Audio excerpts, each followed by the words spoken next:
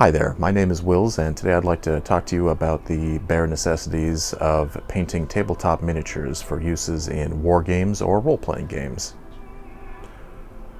If you've never painted a gaming miniature before, my goal here is to give you what I would describe as the minimum technical proficiency to get a simply painted model onto the table.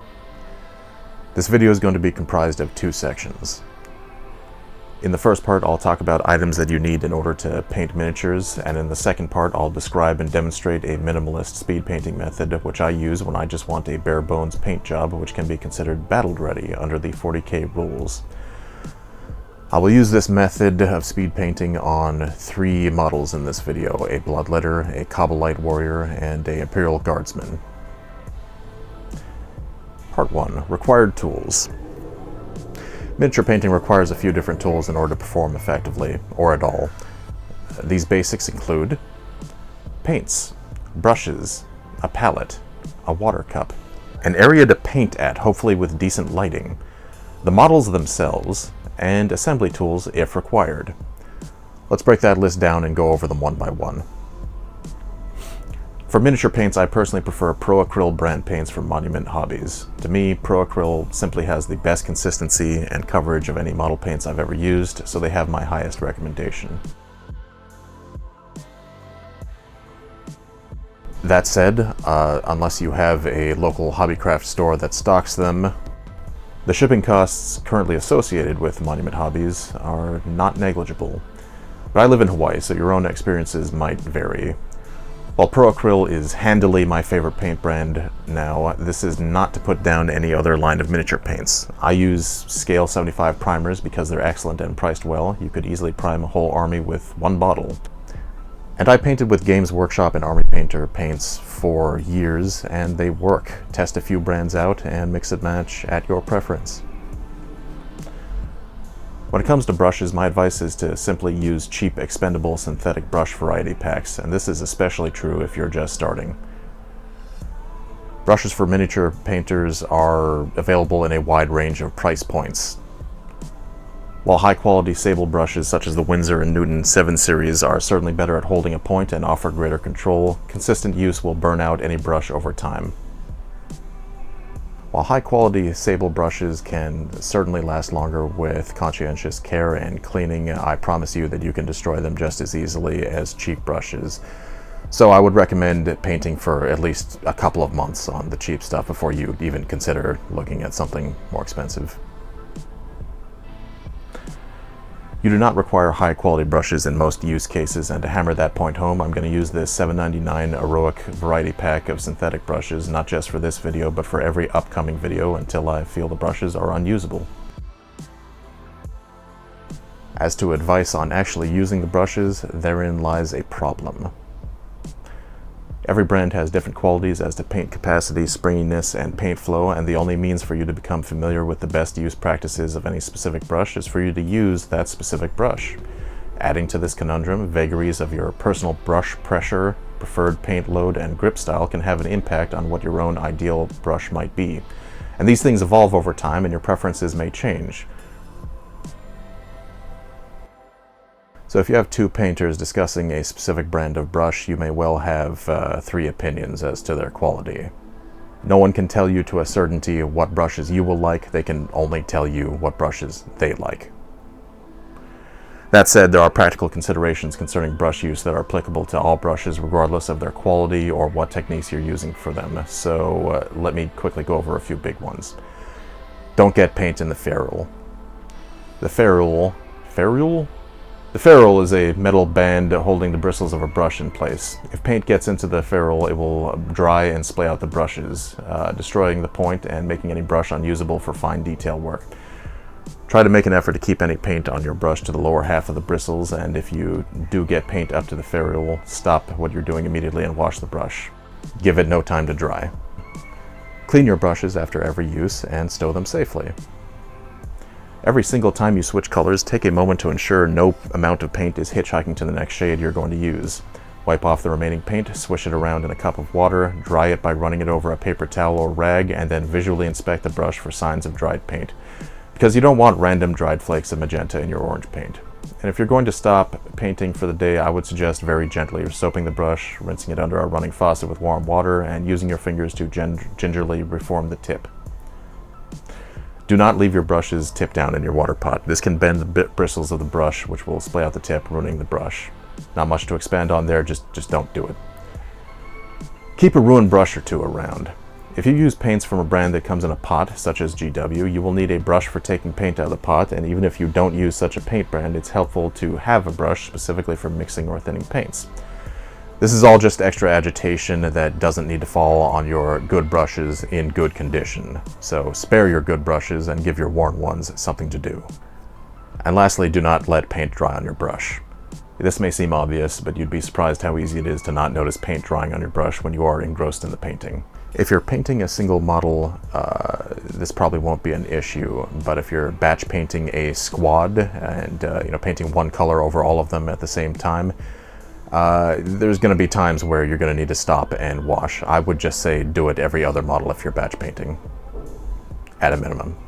If you can commit to doing or not doing these things, you're putting yourself in a good position to maintain your brushes for longer, giving you a better opportunity to become familiar with them instead of needing to jump to fresh brushes frequently. Now for palettes.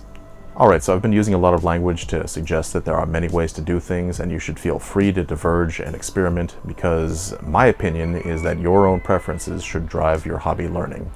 This is my stance and disclaimer behind 99% of all the advice I will ever give on the subject of model painting.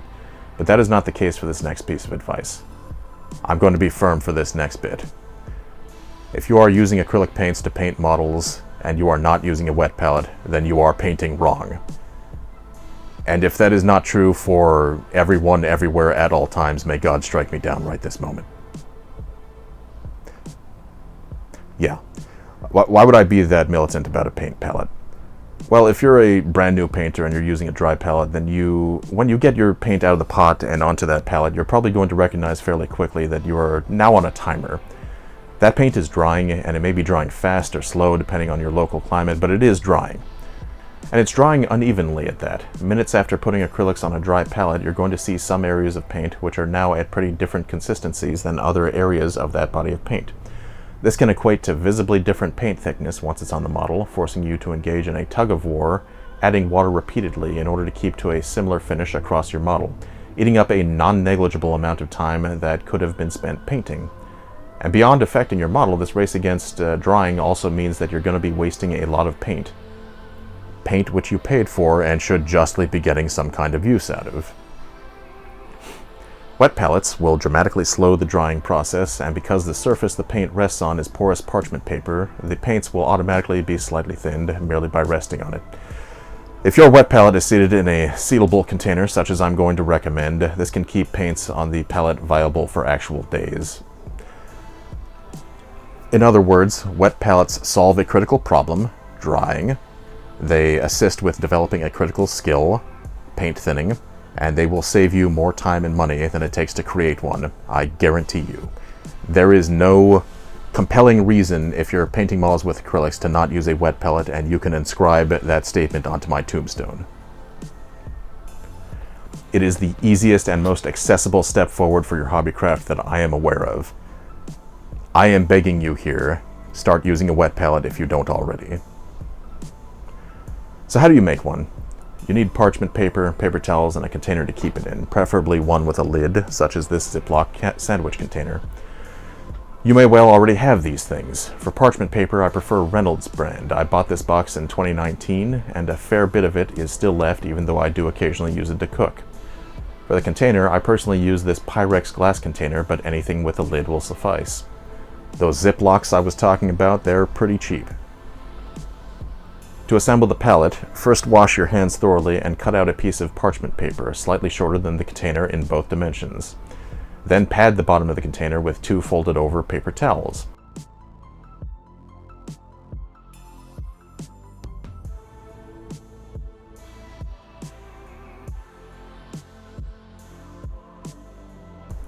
Lay the cut parchment curved side down on the paper towel and then pour water into the container from your fresh water cup.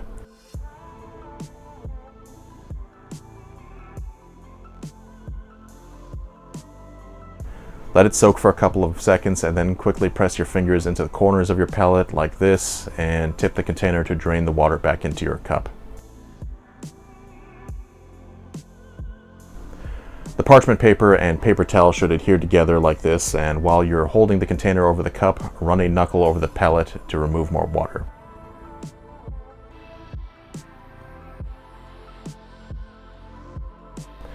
Then put it down and use a dry paper towel to pad all over the palette to pick up the drops of water left on top of the parchment paper, because if you leave those drops there, they will overthin your paints.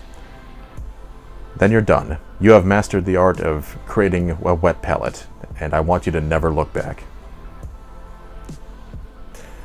The water cup.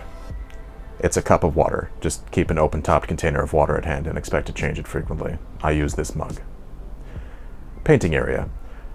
For your painting area, you just want an open space and decent lighting. Virtually any cleared table space should work. I can't speak to dimensions, as that will depend on your experience, your tool set, and what you're painting, but for lighting, you just want a level of clear visibility you are comfortable with. I use a ring light mounted on an arm on my desk, but your painting area may well be clearly lit enough already. If that's not the case and you feel like you do not have clear visibility to your model, consider investing in a simple table lamp. The models themselves. There are a great many companies who make models and miniatures, and while this guide presumes that you're painting something for a tabletop game of some variety, that may well not be the case. I play Warhammer, and as anyone who plays Warhammer will tell you, the models are costly. A 2,000 point force can cost upwards of $600, sometimes far upwards, depending on the specific army. However, there's a skirmish level version of the game, Kill Team, for which a playable force will set you back about $60. And if I'm being honest, from my experiences playing both games, I feel there is greater tactical depth and player engagement in Kill Team. If you want to get into Warhammer 40,000 but don't know if you could handle the time or money requirements, I'd strongly suggest trying this version of the game first. That said, the advice in this video is of course applicable to models for any game system. Assembly tools. You may or may not require these.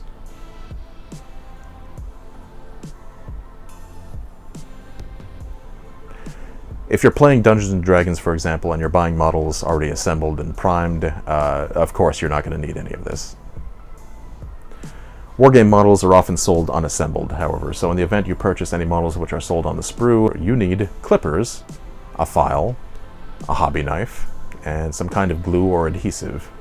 For clippers, I use this nail clipper which I bought at Walgreens years ago for $10. It works better for me than anything I ever used which was actually meant for models, and as I inspected now I realized that it doesn't have any brand marking, so I have no idea who made this. Sorry. For a file, I use this Army Painter model file, and it has served me well for years. For the hobby knife, I use this Fiskars soft grip detail craft knife, and it has likewise lasted me a while. For the glue or adhesive, as I said, I mostly paint plastic wargaming minis, and for those I prefer Model Master's liquid cement, which melts the contact points and fuses the model together for a stronger bond than super glue. But when I'm working with resin, I use Gorilla Super Glue with a brush and nozzle applicator. The fact that you can brush this super glue on is often very helpful. I'm not going to go over assembly in detail because A, you may well not require an explanation for that at this time, and B, if I were to talk about assembling wargaming models, that really requires its own video. I'll get back to it someday. So that will complete my overview of the required equipment. Let's move on to part 2. Let's just get right into it. My preferred minimalist speed painting method breaks down into 5 steps.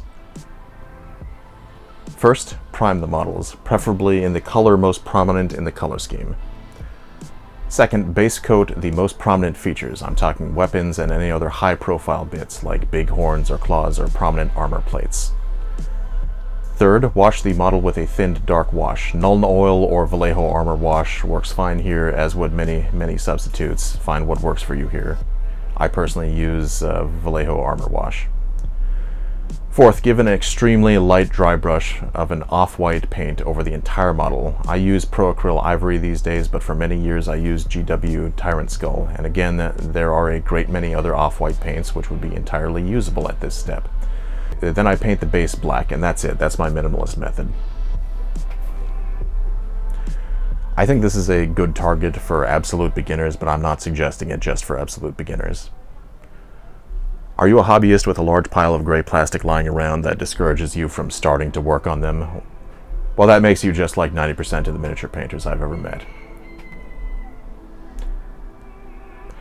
I personally think it's very helpful to have your own defined floor for your painted minis, a minimum that you would want in order to feel comfortable playing with them. This is going to vary from person to person, but whether you're playing Warhammer 40k or playing D&D or doing whatever, the first goal you should have is being comfortable with actually using your miniatures. So let me show you how I painted 3 models to this standard. I first primed all my models with an airbrush, but by no means is an airbrush necessary. Spray and model paints are available in all kinds of colors, and you can even prime them by brush if you want to, but your end goal is to just get a smooth covering over the entire model.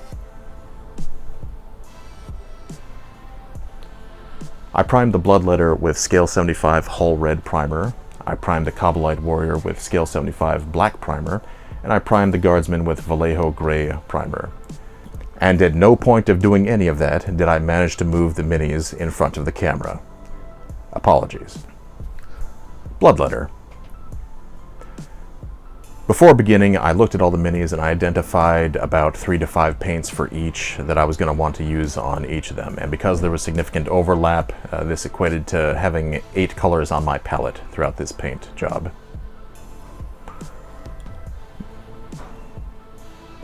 I put a single drop of each on the wet palette, and I would recommend doing the same if you're just starting or if you often have problems with controlling the consistency of your paints. I personally feel like it's helpful to understand what you can get out of a single drop of paint when you're trying to decide whether you like that paint, whether it's an individual color or an entire company's line. I started with dry brushing the skin of the Bloodletter with bold pyrite red. The dark red primer was a bit too dark for me, and this was an extremely fast step. When dry brushing your model, the goal is not to get total coverage. You want some of the color underneath to show through in the deeper places. So, after loading your brush, brush it vigorously over paper towel to get most of the paint off before swiping it lightly over the targeted areas. I then moved to using warm dark gray for the horns, weapon grip, and back spines. Here we are aiming to get good coverage, so if you're just starting, begin practicing thinning your paints immediately. The wet palette will make it much easier. Just mix in small amounts of water until you reach a thickness that covers effectively and goes on smooth.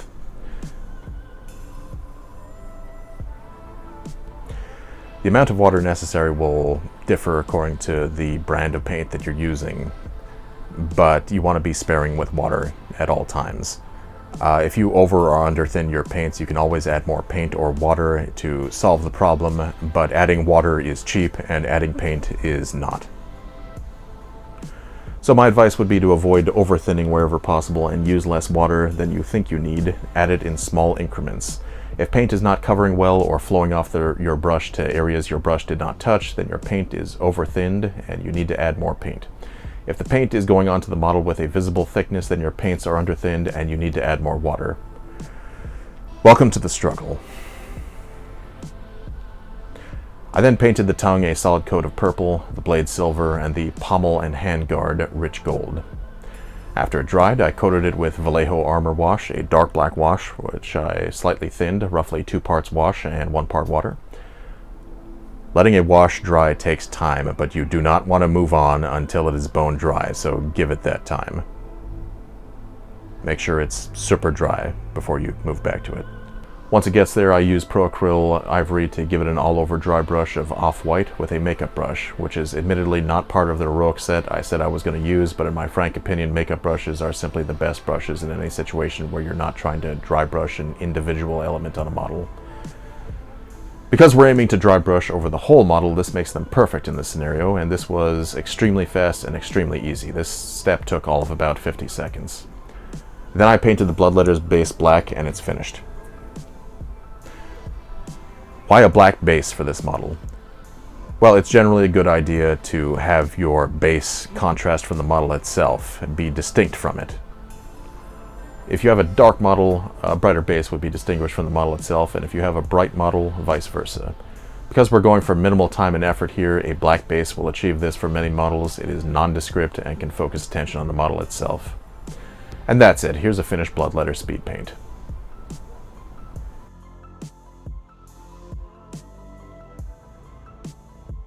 Let's break down the time spent painting this model. After reviewing the footage, I can come back with a precise accounting, but keep in mind that this does not include drying times or priming.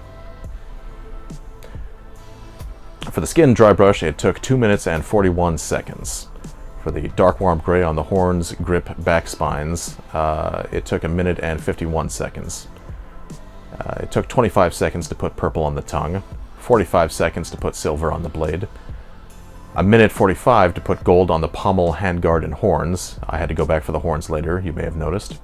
That time is accounted for. I spent 1 minute and 10 seconds applying the armor wash over the model, but much of that time was spent just watching it for signs of pulling. When you're washing a model, keep a dry brush on hand so that you can remove it if it seems to be congregating somewhere you don't want it to be. And I took 34 seconds to paint the base black. That's a total of 10 minutes and 2 seconds of actual painting if I'm mathing correct, and I'm certain I could shave more time off of that. Now, onto the Kabalite Warrior. For the Kabalite Warrior, I started with a black base coat and tried to dry brush Pro Acryl Purple over the black, hoping that the armor panels would catch it well. It kind of didn't, but I knew the wash was going to smooth out much of the roughness, so I left it alone. We are speed painting after all. I then put tan flesh over the face and the skin hanging from the belt.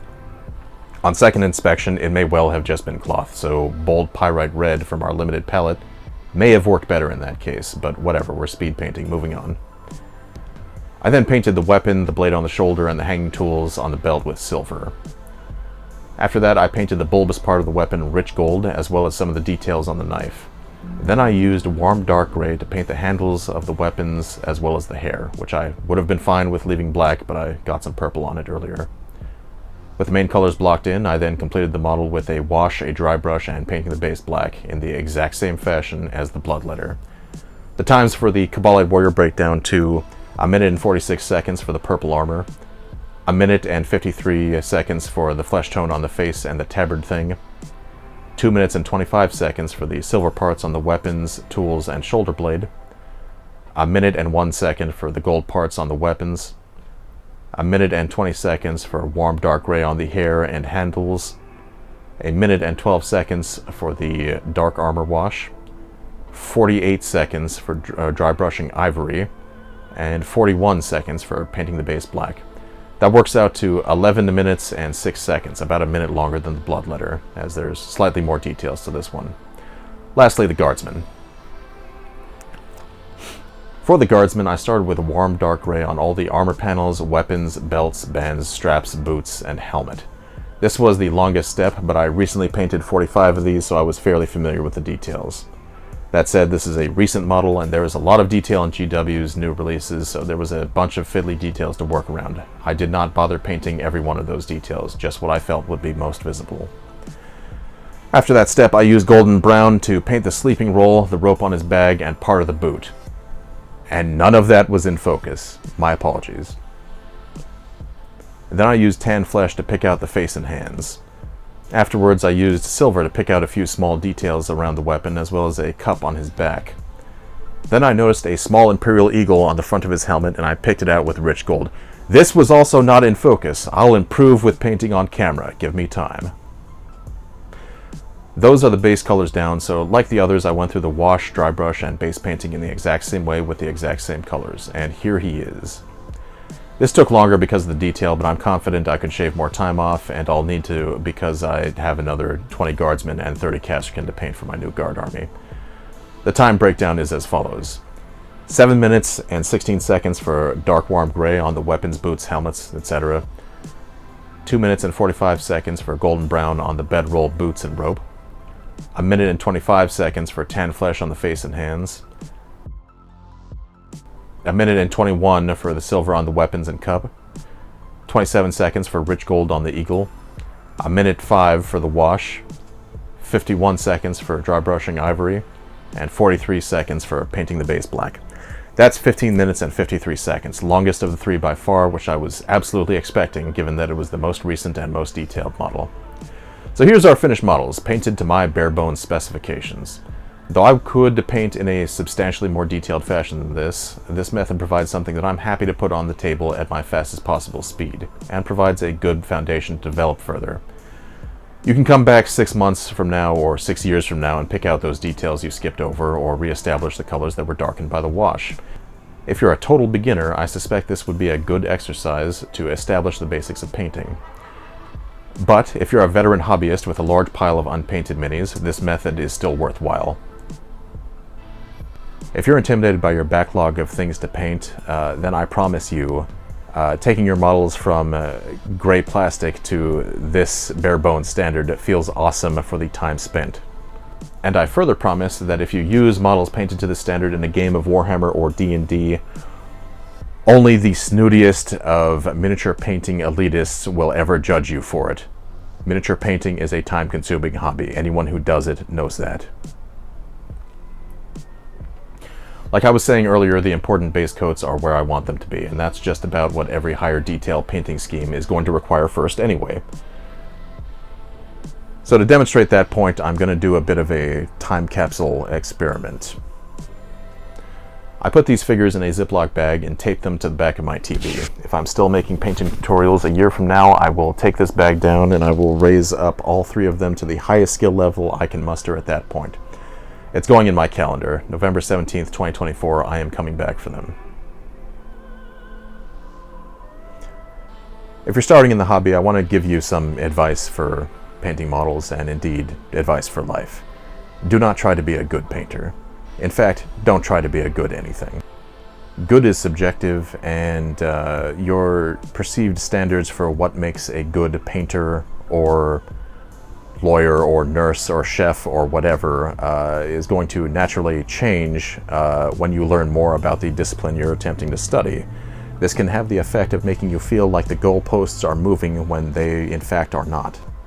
The truth is that if you go into a skill with the intention of getting to be good or great at it, you might never feel like you reach that point. And if you do, conversely, it's entirely possible that you might stagnate, feeling that you know what there is to know. Try instead to be a better painter. If you try new things with the goal of becoming appreciably better in any specific technique, then I promise you, you can feel like you met that goal every single time you paint or do whatever it is you do. And that can keep you coming back, and also keep you from stagnating at whatever skill level you happen to be resting at right now. We are students first and always. Seek not perfection, but improvement. Thank you very much for watching my tutorial. I hope you got something out of it, and I'll see you if I see you.